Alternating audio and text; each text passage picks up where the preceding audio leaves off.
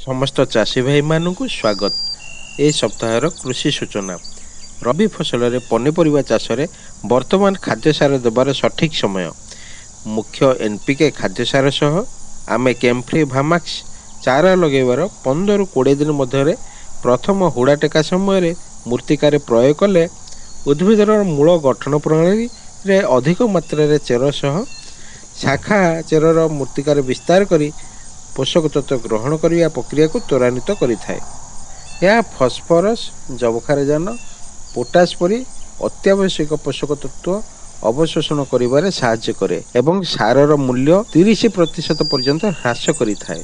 फसलर उच्च तापमात्रा, मरुड़ी आदि जलक्लिष्ट चाप को प्रतिरोध करी मूर्तिकार जलधारण क्षमता वृद्धि करिथाए।